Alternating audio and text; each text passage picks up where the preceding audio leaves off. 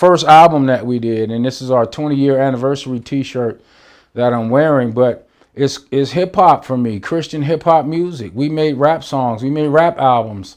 It's a part of our lives, is who we are, and it directs us in what we do. God even gave me that as a mission as I work and live and do things in this life, that he told me that because hip hop culture and it has moved through all genres of people and different cultures, from United States to Russia to Japan to China to the Philippines to Jamaica, like all over the world, hip hop culture has affected the world. And God told me that the music will be able to go through that. Christian music, rap music will be able to go through that opening that was made with hip hop music. So it's a part of all of what we're doing. So as I'm God first every day, right?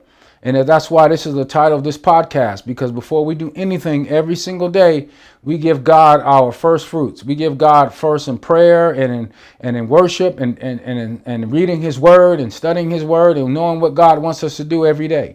And as we're like that, and we're focused on that and those things, God will control and protect and cover and keep us, guide our steps, lead us in the right direction, help us do the things that we're supposed to do in this life. And anything that comes to my mind has to go through God first. Anything that comes in my life has to go through God first. It has increased me in my confidence in my life and what I'm doing for Christ, and the things that God sends me. I believe in my heart I won't be deceived by the things out there in this world, because I put my faith first in God before anything else. And I don't allow any social media, any TV news outlets, or anything else to infiltrate my mind on a daily basis before I seek God's face. So with that, family, we're going to go ahead and get into the discussion. And I grew up in a hip hop culture, in a hip hop generation. It's just like everything else in this world. I remember what people talked about jazz music back in the day. It was like it was underground. It was in the juke joints and back in the woods, and it wasn't that so-called mainstream, right? Well, back then it was a lot less mainstream. But when I grew up in hip hop, when I was 13, 12, 13, 14 years old, hip hop music was underground. There was a late night radio station. I was in New Jersey at the time, living in New Jersey. In New York had a late night radio station, WHBI. And I used to love to tune in and listen to those DJs and cutting up, scratching music and the underground hip hop stuff that was coming out back in the day. But you would hear it.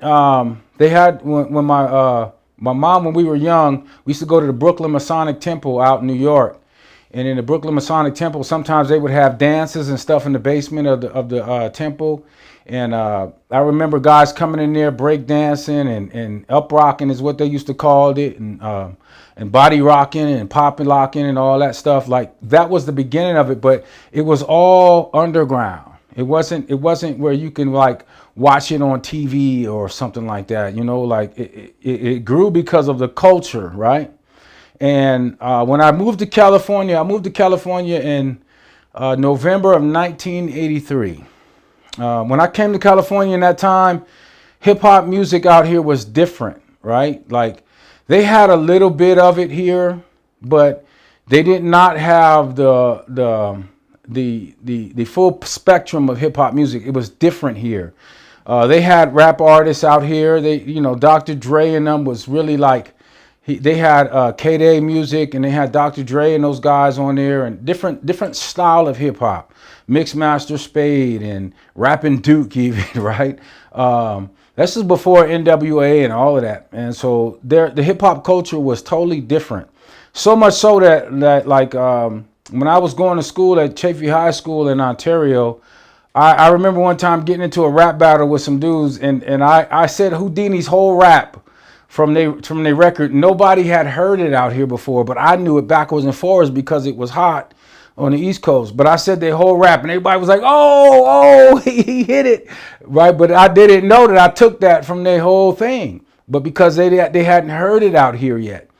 But that's how separate the culture was from New York City and the underground hip hop and all that stuff that was going on out there to where it was here in California. I remember how it all changed. I didn't have a lot of friends when I came from New Jersey to California. I didn't have a lot of friends. And part of the reason why, because the culture was so different.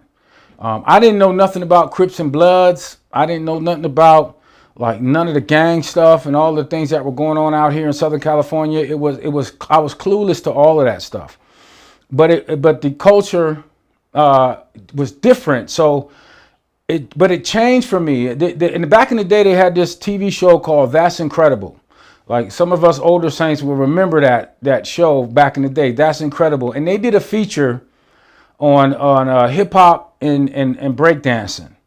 And it was like it changed the whole culture in Southern California. It changed my life completely because people knew I was from New Jersey. They knew I was from the East Coast.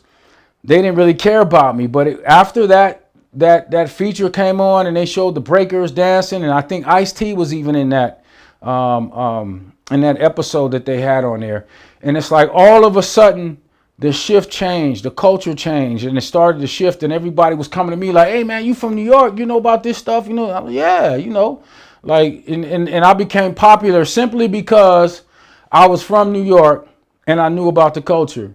And, you know, I couldn't break dance, I could pop lock and stuff like that, but my buddy Andre and I had just started DJing in clubs and doing stuff like that back in the day. And that's how I became like popular in my area. We started doing house parties and all of this different stuff, but the culture shifted. All of a sudden people was wearing Adidas tennis shoes and fat laces and had the name buckle chains and name chains on and all of this stuff that like the New York City culture, and it started to shift. And I watched it happen. You know, nightclubs were changing. They had teenage nightclubs back then. They had this place called Grand Central Station in Pomona. And, you know, they were having rap battles. I remember, if you guys know Above the Law, you heard of the rap group Above the Law that was on Ruthless Records back in the day. Hutch, known as Code 187 from Above the Law. I met him first there when we was all teenagers, man. High school, juniors, seniors in high school, rapping and rap battles and stuff like that in the Grand Central Station Teenage Nightclub. Every Tuesday night at the movie theater, it was dollar night, and they had breaking dancing battles and contests. They had break contests at clubs, and the culture started to change and shift when That's Incredible hit. And it's like now people know about this, and you started to see more hip hop and music videos. Back then, family, the music was shaped by the culture. The music that was put out was shaped by the culture. Now it has shifted and changed, and we'll talk about that in a minute. But the music was shaped by the culture. If you guys remember back in the day, the video by Grandmaster Flash and the Furious Five, they had a song called The Message, right? Don't push me, 'cause I'm close to the edge. I'm trying not to lose my head. That song was hot, and it was out there. Everybody knew about it. It was part of the culture again, right? But if you look at that music video, it was completely shot in the streets of New York City, in the subways, in the apartment buildings, on the street corners. It was a reflection of the culture in the music, right? But later on, as we got into the late 80s, early 90s, it started to shift when hip hop music started to go mainstream. When other groups came into the scene, and you didn't see hip hop music on MTV back then, right? You saw Michael Jackson, you saw it wasn't, you didn't see hip hop music on MTV. And then but later on MTV Raps came into the picture, and then Dr. Dre and Ed Lover, and then again the culture shifted. But once hip hop music hit the mainstream, and the videos started to change and money started being put into it, that's when the music began to shape the culture. It started to shift and change how the music affected the culture rather than the culture affecting the music. Back in the day, like I said, the Grandmaster Flash song, KRS-One, right? Boogie Down Productions. All of these groups were conscious minds. They were getting the message of the community out in the music. Even NWA was getting a message of the music, right? Out, a message of the culture out into the community through the music. And it started to grow, and that started to shape how we see things and what we see in our culture and how we deal with it and how we live. But it started to shift. It started to change. When it got mainstream, when record labels started to put millions of dollars into these productions, into these budgets, and music's getting played on the radio now. I remember back when I was in college, right, just out of high school, I used to DJ a lot of events in the Inland Empire. And a lot of these high schools would hire me like to do their proms and do different things. They wanted to hear the hip hop music. And I remember 99.1 back in the day. Like I don't even know if 99.1 is still on the air right now, right? I don't listen to secular music, but back in the day, they didn't want no hip hop music played. They undercut me a couple times. It made me so mad at Eisenhower High School and a couple different events I had set up. And then they got the radio station involved, and then they cut me out as the DJ.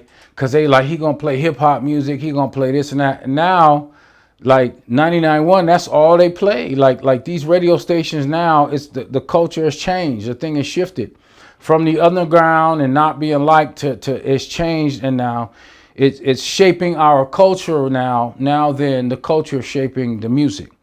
So, you know, I got a couple notes here. I want to make sure I'm looking at this so I stay on track. Because if I don't, you know, all of these years of stuff that I've been dealing with this will take me off into places. But now the music got to making millions of dollars. And instead of them shooting music videos in the streets and in the subways and in the alleyways or on the basketball courts, now they're shooting them in $1 million mansions and on boats and yachts. And like now it's shifted now from wanting to be from even coming from the culture of broken and underprivileged people speaking their minds and getting their music out into the culture, and so everybody could hear what's going on with them. It shifted to personal. It shifted to the music shaping the culture now, right? You got to be rich, you got to be famous, you got to have the fat chains and the gold rims and fly girls and all of this stuff. It shifted and changed, and really it hasn't really gone back. It's what it is now, and it's went so mainstream that the music is basically kind of guiding what we see and how we look today, right? And it's kind of like if you think about old NBA basketball players and old NFL, old Major League Baseball, like you hear them say like, man, we used to only make a couple $1,000s a year playing baseball. We only made a few $1,000s a year, you know, $500 a game, right? Playing basketball and football, right? Back in the days in the 60s and 70s, and even as it came into the early 80s, they didn't make a lot of money. Now, Major League Baseball players are making a couple $100 million contracts. You know, football players, quarterbacks making, you know, 12, 13, 15 million dollars. You know, the wide receivers making all of this money. The minimum pay in the NFL is like $800,000 a year. And so we see that now in the culture, how it's changed. And it's the same thing with the music generation and that genre and how stuff has changed in our culture and how it's affected us as a people and how we act, how we think, and what we do. The music has shaped how we dress. The music has shaped what we drink, what we eat. The music has shaped how we talk. You know, everybody was Flavor Flav for a while. Yeah, boy. And, you know, it's bananas, yo. Like, we out here in California and dudes talking like they from New York City. Yeah, I don't know if you guys remember back in the day, they had this HBO special called Gang Banging in Little Rock or something like that. And I remember watching that and thinking to myself, like, man, like these gangsters is really tough out here in Arkansas. But that was a prime example, right, of the music shaping the culture. I told you guys earlier when I moved out here from California in 1980. I'm sorry, from New Jersey to California in 1983. I didn't know nothing about gangbanging. I didn't know nothing about Crips and Bloods and Red and Blue. None of that stuff. I didn't know none of it. But if you go to New Jersey now, my cousins and family members even tell me like this Bloods and Crips and gangbanging out there. Is that the culture shaping the music or the music that shaped the culture? Same thing with gangbanging in Little Rock and all over the country and all over the place. It's the culture was shifted and changed because of the music. And that's what's happened even with us nowadays and how stuff has happened and how it's changed. You know, and how it's changed us and how we think and what we do. I know how this culture thinks because I know how their minds were shaped. Why are we talking about this, Bishop? Why are we talking about hip hop music and how it's and all this stuff? Because the truth of the matter is, family, if you don't know where you came from or how you don't know how you got here, right? And you got to understand the mind behind people when you're trying to reach people of this culture and of this generation that we're trying to talk to. We think we need a new gospel or we need no, we just need to understand who people are and how we got to be where we are and who we are in this country and in this nation and how we're going to reach a generation that was even more so than myself. Like I told you, I'm 55 and I'm hip hop music. I'm hip hop culture. And those that are younger than me are even more that, right? So how are we going to reach this new generation? Well, we got to know who they are. We got to know what brought them to be who they are and how they got to be, how their minds think, how our minds think, right? You know what's funny to me as I think about like culture, right? A lot of people have been making fun of the person that was in Australia that was breakdancing. Like I know everybody's probably seen this by now and how she was squirming around on the ground. We was cracking up like she was horrible, right? A horrible breakdancer from Australia, just doing her thing, right? But in Australia, she probably hard. like you on the Olympics representing your country. To me, it's just like the United States beating up on another country, the women's basketball beating them 75-32, right? To me, that breakdancing display was the same as that, right? Like it hasn't hit, but I bet you in the next, if they have the breakdance in the Olympics in the next 4 years, Australia will send somebody a whole lot better. I guarantee you there's a whole lot of people in Australia like mad right now because she on there breakdancing and she's the butt of every joke, right?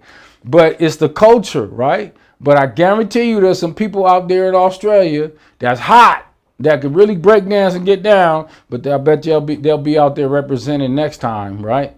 But that's like an example of like how the time has not caught up with that culture and hip hop music and being a part of it, right? So I kind of like these conversations, family, and where it's going with us and how it's going with us and some of the things that we're going to talk about and discuss with that. And remind you, as I'm speaking and talking, please, if you got any comments or questions, type them in and ask me so that way we can kind of like get your feedback on what we got. And a matter of fact, I'm going to go, do we have anybody that's... Yes, so we do have some questions. So the Asia Approach asks first, what is your perspective on believers that also listen to secular music? Do you think it has an impact on one's walk with Christ? Oh, yeah. See, now we were getting to that, right? But I will jump into it because we got that question, because that's always been my biggest fight as a man of God, right? It took me, I would say probably about 1.5 to 2 years to stop listening to secular music, other hip hop music, and 99.1 back in the day. What was it? The Beat was like the hot radio station back then. Some of you guys will know my testimony. When I first got saved, I was DJing in a nightclub, and God had took drinking and cussing and smoking away from me right away. I was delivered from that, and I was trying to play radio versions in the nightclub, right? Because God had changed my heart, and I had to even change with the other DJ in the club. Like this was at the end of my career DJing in the world, and The guy that played in the early, right, he would play and I would come on like 11 o'clock and I would play in the late night, right, until 2 in the morning when the club closed. But I changed positions with him so I could play radio versions in the nightclub. That's because there was a shift in my mind thinking and understanding of how the music and the cussing and all of that stuff, right? But it affects us in our thinking in our minds because the music now, remember I said the music has changed from the culture shaping the music to the music shaping the culture. So that's what's happening in this generation. I don't care if people don't believe it, but it's true. The music shapes the culture. It changed. Why are we in California wearing Timberland boots, right? Because people in New York City were wearing Timberland boots and they were popular and on every TV show and they're on the music videos. So people were doing what they saw, wearing bomber jackets and like I said, Adidas shoes with fat laces and all of this stuff because the music was shaping the culture, and secular music shapes our culture. That's why they spend so much money and millions of dollars and budgets on these artists and this music that they do, because they know and understand that they can shape a generation, a culture, and the enemy knows that. That's why the enemy has infiltrated. The music industry, Hollywood, has always been a tool of the devil. Call it what you want, believe it what you want, whether people believe in God or not. I think that if you're saved, sanctified, and filled with the Holy Spirit, you know and understand this. You can see it and how it's always worked and how the enemy has always used this.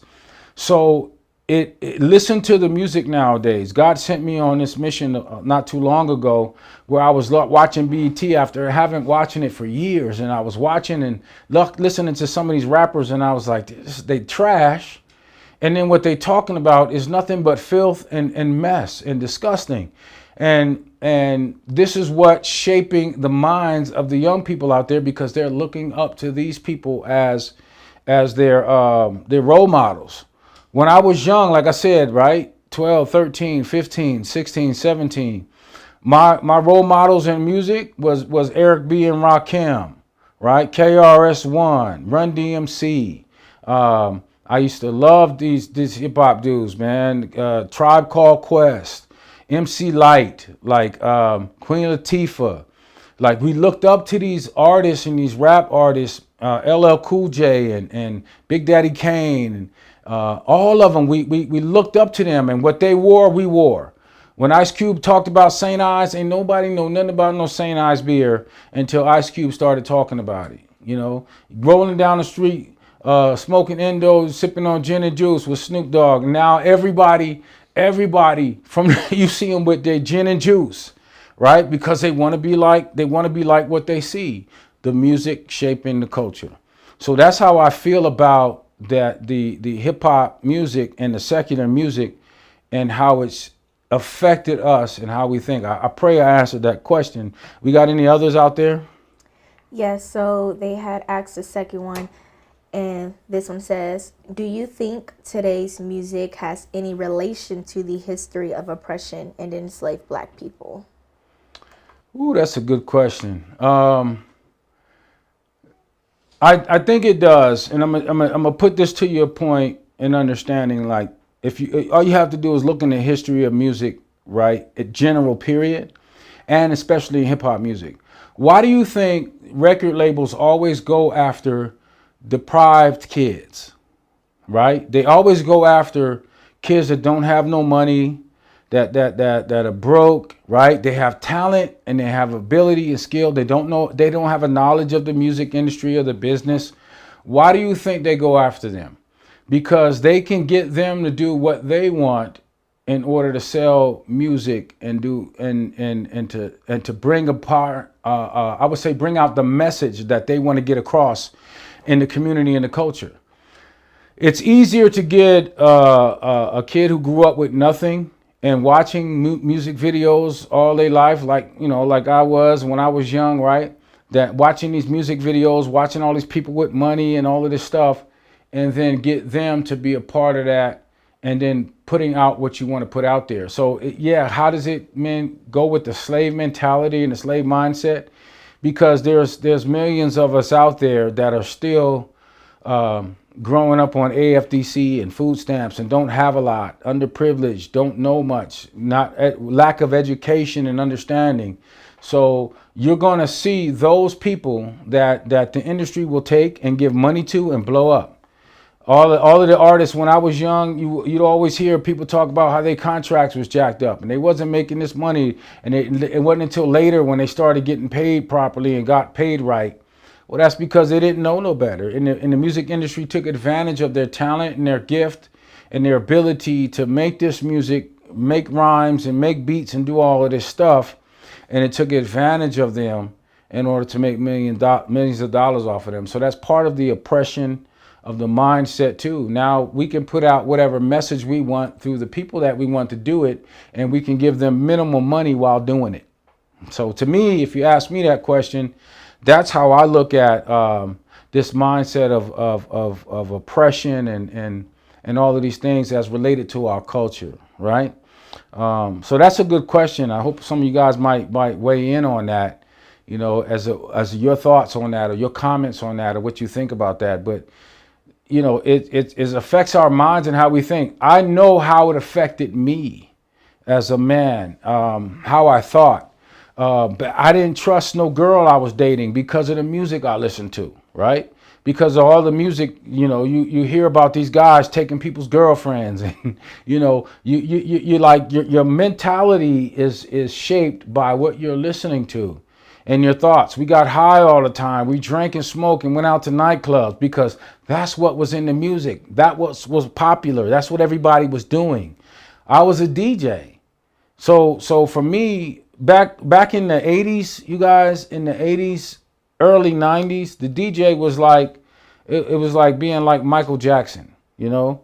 Like I was telling you guys about Grand Central Station, the teenage nightclub. That's where I first saw groups like Ice-T came there a long time ago. LL Cool J was there once. NWA, Mixmaster Spade, King T, like some of the local groups out here in California.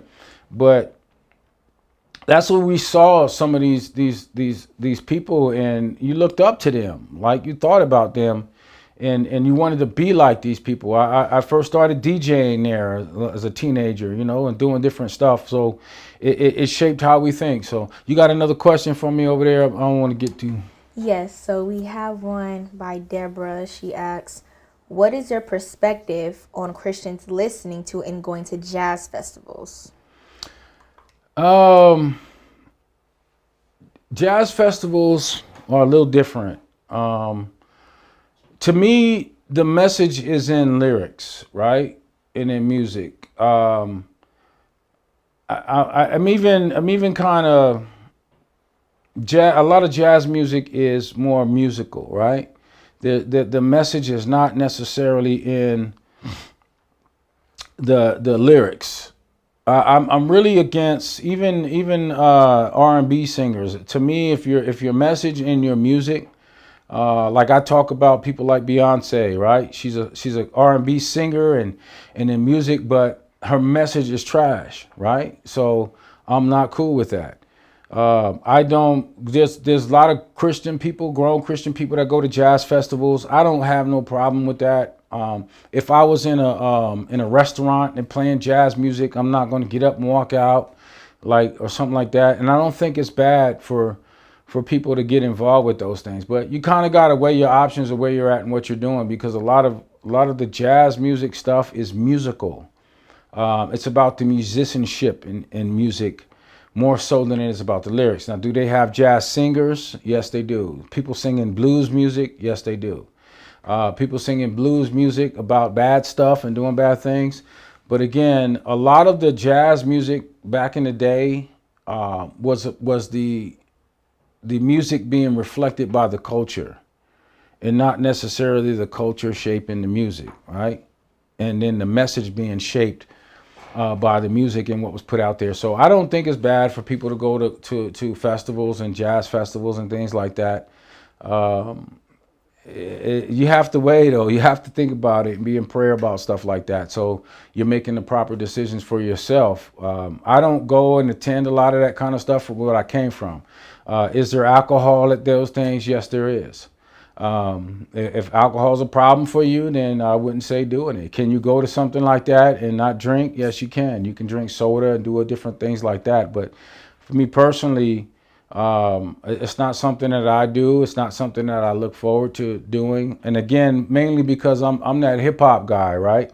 Now I'm a musician as well, right? You know, I play keyboard and drums and guitar and different things. So I'm a musician as well, and I love good musicians and musicianship, right? To see guys being able to play and jazz music and stuff. So I like to see that. But I don't think there's a problem with people going to jazz music, but it's also about who's going to be there, what their message is, and what they're giving you, right? So that would be my thoughts on that. But yeah, anybody else got any other comments or not at the moment? No more questions, just comments. Just comments about stuff, right? But we want to kind of, family, look at things from a perspective of how it affects our walk. I'm very vocal. I don't let me put it like this. I don't hate nobody. I don't hate secular artists and music. I was once very wrapped up in secular music, and I was the guy outside the high school passing out nightclub flyers and letting everybody know about the club.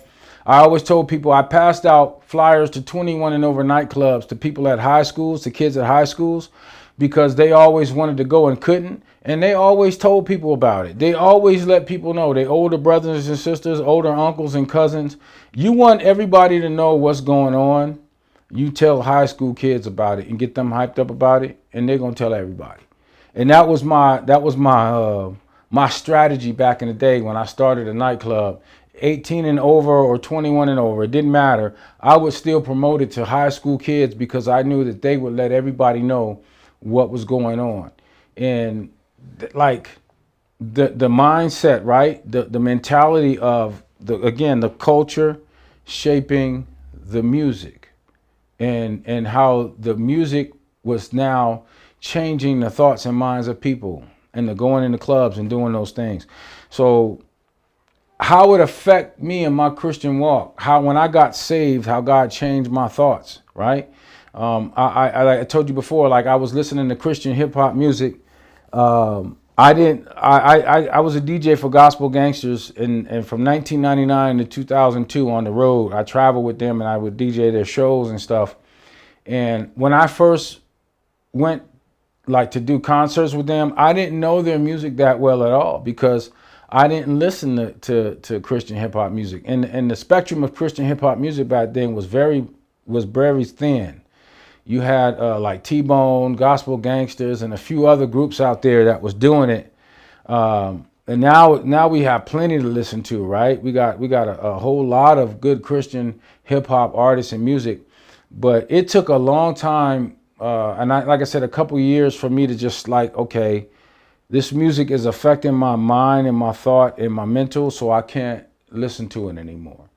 That's why I don't listen to it anymore. I don't even listen to secular music, period, anymore. I still DJ weddings and stuff like that. I'll tell people, like, I'll play some cool songs like the Cupid Shuffle and stuff like that. That's simple, like where I don't feel like I'm stepping on God's toes by doing this. But there's a lot of music I won't play and can't be a part of because it's putting out the wrong message and wrong perspective. So how does that deal with us and us with God? When you're ministering to a generation of people who grew up in this culture, you have to think about who they are and what made them to be who they are. I know who I am. I know when I was 21, 22 years old, 23 years old, 24 years old, if you came talking about God to me and you attacked my beliefs and my culture, my music, what I listen to, who I call myself, what I am, then that wall's going to come up and you're not going to be able to talk to me. You're not going to be able to change what I built myself up to be and what I believe is a part of me and what I know. But the only thing that's going to help the generation of people that we're talking to now and dealing with now is love. Love is what changed my heart from the culture I grew up in and what I made myself to be. It was the love of Christ that changed me. It was not somebody telling me that what I was listening to was wrong. Nobody could tell me that. I had to come to that conclusion for myself. I remember back in the day when I first stopped listening to secular music. I was telling my wife about it. My wife was like, "Oh, it ain't nothing wrong with it. You know, it's all good." She was still listening to the radio. But it was like 6, 7, 8 months later, I remember her coming to me. I remember it like it was yesterday. She came to me. It's like, "Babe, you was right. You know, I can't really listen to that no more." It's like the message within it. You know, you got to think about back then. We're talking about Biggie was still, like, a lot of his music was still being played. The R&B artists that was out back then, and Tank and Omarion and some of these other cats that might have just got started back in that time. Like, some of this stuff was hot back then, but you hear the message and what they're talking about, and that's why I don't listen to it or support it, because the regardless of what people think or say, it's not until you understand, you have an understanding of God, where you can look at this and say, it's shaping how I think, rather than the culture shaping the music. So that's the kind of the understanding of this, family. And I thank you guys for bringing forth the questions and your comments. Any comments on what anybody said out there that might be a little bit interesting that we can kind of add to our discussion? Yes. So Larry Lacey said, example of selling your soul to the devil, because some chase the fortune and fame without knowing they are selling their souls. That was a good comment. Yeah, that's an excellent one right there. Ronnie just right now asked, have you ever listened to an old song and realized it had a satanic message? Yeah. That is huge for me right now. Back in the day, I would tell you this, like we would play Prince songs backwards, right? There were certain records you play backwards and get a message out of it. Like, we used to do that back in the day. When you had DJ and turntables, you can do that, right? But I listen to Michael Jackson songs now. Like, if you listen to the lyrics of Michael Jackson songs, you can see the demonic message in it. You can see demonic messages in a lot of stuff. The killing and the murder. People are actually serial killers in their music. Talking about blowing people's brains out and killing people and all of this stuff. That is the music affecting the culture. Doing drive-bys and stuff. You didn't hear about drive-bys in New York City back in the day, but shooting people and I'm telling you, in New York, it was rare for people to walk around with guns. They had knives and switchblades and pipes, and I mean, even when they had gang fights. Now, we're talking about the 80s. I know it's different now, right? But like, the times changed because of the mentality of the people through the music and the message. So yeah, it was demonic. And I look back at a lot of stuff that I used to listen to. It wasn't as bad as it is nowadays. Like, now it's more in your face. But the underlying message of a lot of the music back in the day was, yeah, I could look back at some different things. Prince's music, there's some aspects to that.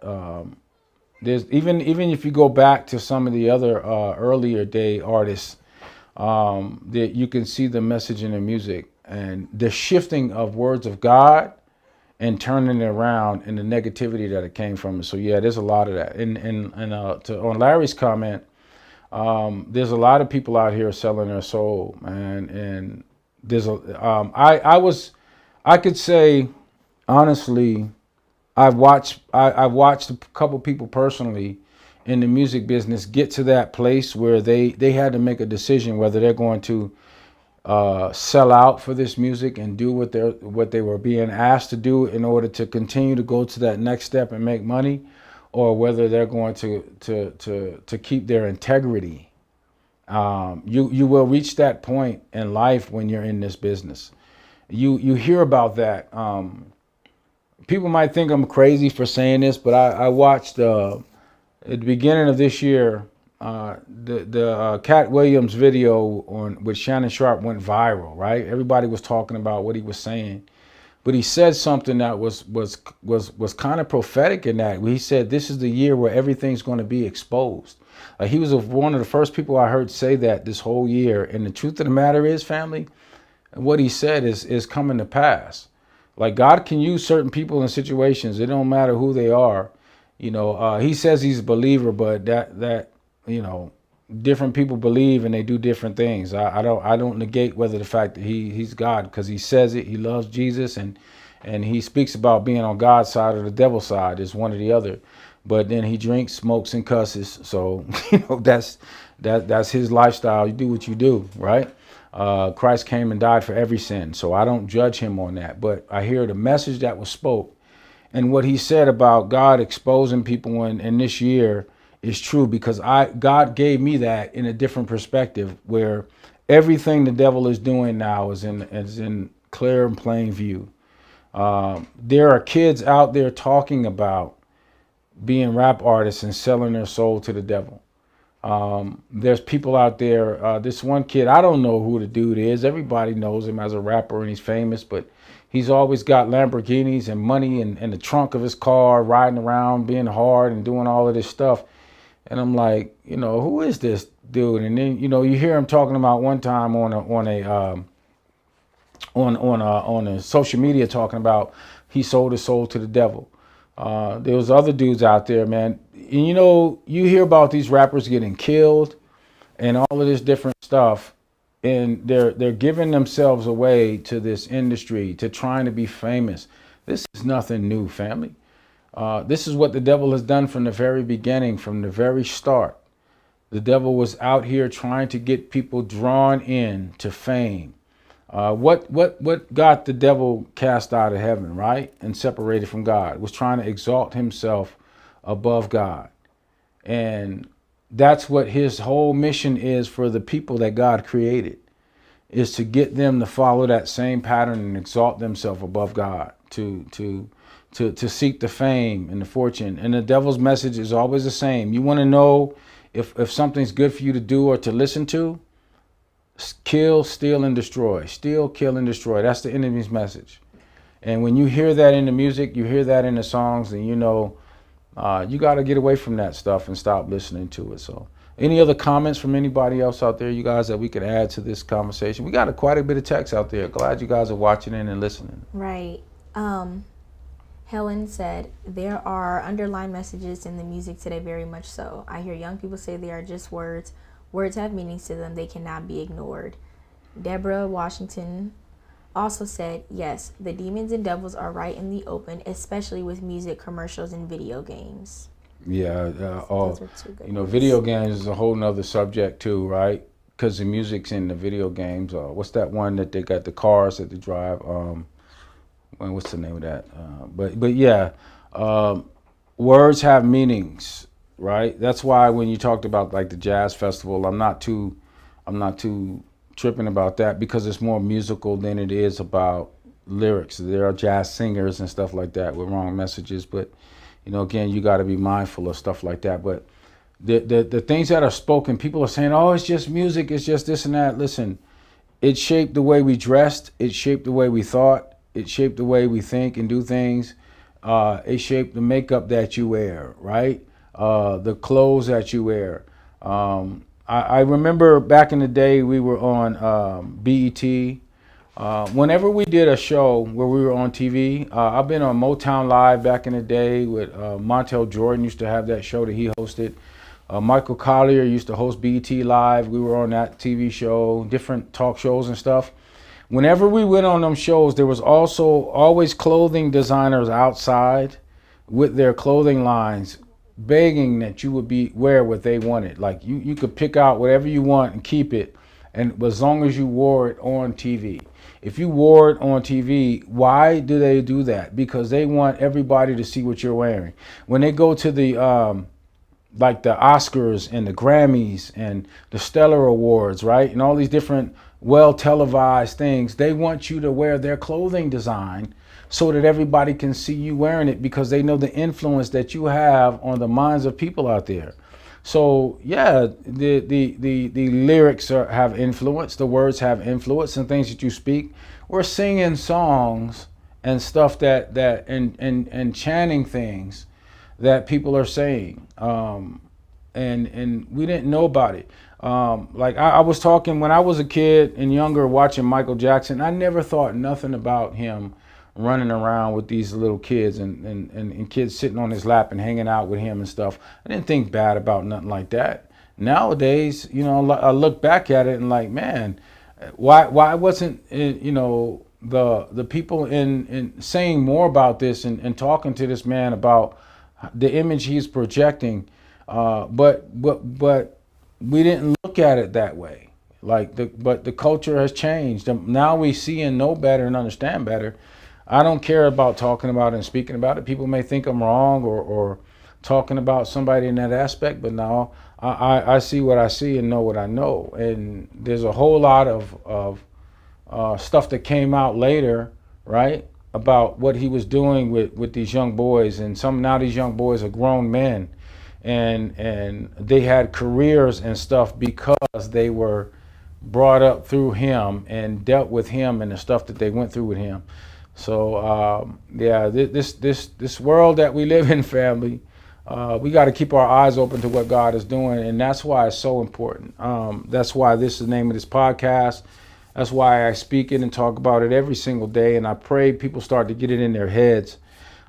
It's not enough that you know God, and that's the first step in our lives in becoming Christians. But then we have to give God our first. It's got to be God first every day. It's got to be God in all of our things. So we're not confused by this stuff. So things of this world and what's going on around us and the music that we listen to, and what we're doing in our lives is not shaped by the world, but is shaped by God. And that we're not confused or deceived by the things we see out there. Amen. So if we don't have any more questions, fam, we're gonna get ready to wrap this up, because I'm just like this is I could talk about this subject for a long time, but I want to get to the meat of like what's going on in our culture, what we see out here, and the truth of it. Amen. And how it's affecting us in our daily lives.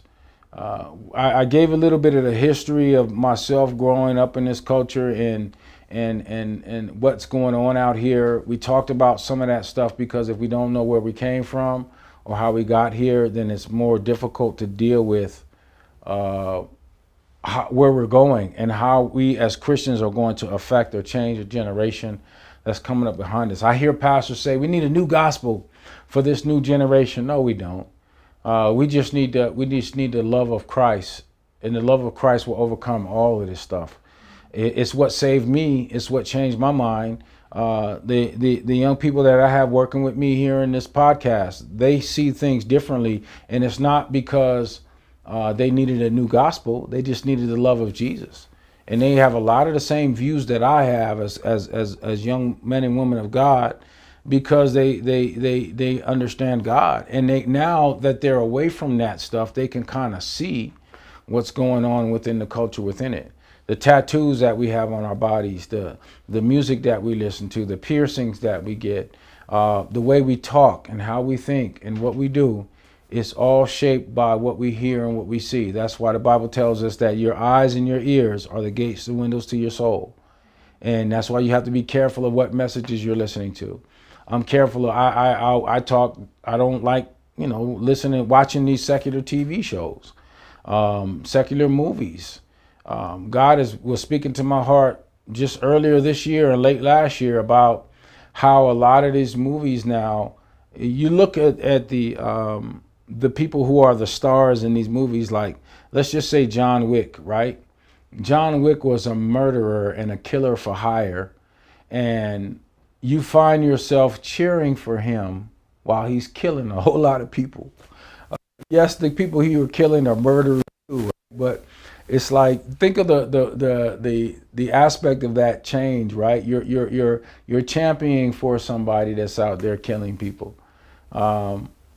it's crazy how the mentality, and even in the video games, I think it was Helen or Deborah that was talking about that on the chat. But in the video games, the killing and all of that stuff that goes on. Grand Theft Auto, that was the name of the video game I was thinking about. But how they jack people for their cars and shoot people and all this stuff, and then the music that's in it, right?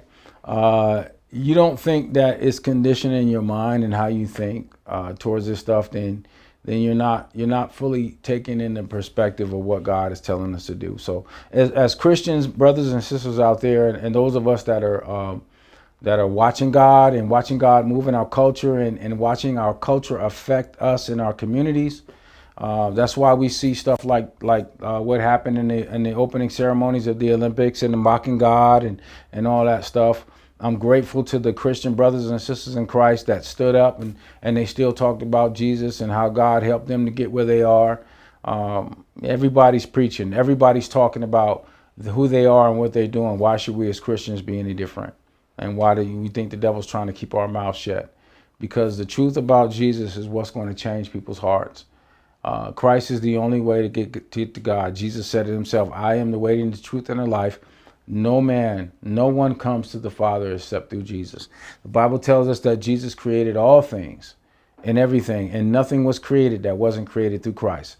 So the message that needs to be mocked and changed and defunct is the true message of God. That's why the enemy, you don't see nobody mocking Buddha. You don't see nobody mocking Muhammad. You don't see nobody mocking Jehovah's Witnesses. You don't see nobody mocking Mormons, right? You don't see nobody mocking these other religions. Why is that? Because the one that's going to change a man's heart, right? The one that's going to shift your thinking and how you look at things is the word of Jesus Christ. That's why it has to be met with full force from Satan, because the devil knows what the real is. And those that follow the devil need to follow his message, and they need to change the word of God. So I pray you enjoy this episode, family, of God First Everyday Podcast. We like to bring these messages to you. If nobody else is going to talk about these things, we're going to talk about them. And I want to get your perspective on it. I appreciate the people that were joining in and sending in text messages. Please make sure you subscribe to the channel. If you were watching this, maybe you're watching this weeks later, and you're watching this episode, click that subscribe button. We need to get to those subscribers that we can start to get this message out to more people. Click the like button, click the bell icon, so it will let you know when we have a new a podcast coming out, right? And we're doing new stuff. So make sure you're following us with that. Click subscribe, click like, and then tell somebody about what we're doing here. And hopefully you can join us live. That way we can get that feedback from you and hear what you're thinking about the topics that we're discussing and some of the special guests that we have on the podcast. Again, my name is Bishop Raymond Love. I'm here at Spirit-Filled Family Church. You guys want to join us here in our ministry? We're here every Sunday. We're in Hesperia, 9980 Hesperia Road in Hesperia. We have Sunday services at 10:30 a.m., Wednesday night services at 7 p.m. Bags of Blessings, where we give away free groceries every Saturday. The Spirit Closet, we give away free clothes to people in the community. If you know somebody's in need that's hungry or they need clothes, make sure you tell them to come to Spirit-Filled Family Church. We'll be happy to supply them with what God blesses us with to bless the community. You can also catch me on 93.5 radio station, 93.5 FM in the high desert area, New Vision 360 radio. Tune in Monday through Friday at 8 a.m. and 8:30 a.m. for the Freshwater radio broadcast, where you can hear the preach word of God right out of the sanctuary here at Spirit-Filled Family Church. And you can hear us here on the God First Everyday Podcast. We love you out there. Thanks again to our cast and crew and everybody for joining us. Thank you for everybody that was sending in the messages and listening in and your comments. We appreciate that. That inspires us to be able to talk to you about what you think and what's going on in our community. God first every day, people. God first every day in everything you do. And I promise you, God will continue to bless you, cover you, and keep you. Until we see you next time, God bless you. And thank you for joining us on the God First Everyday Podcast.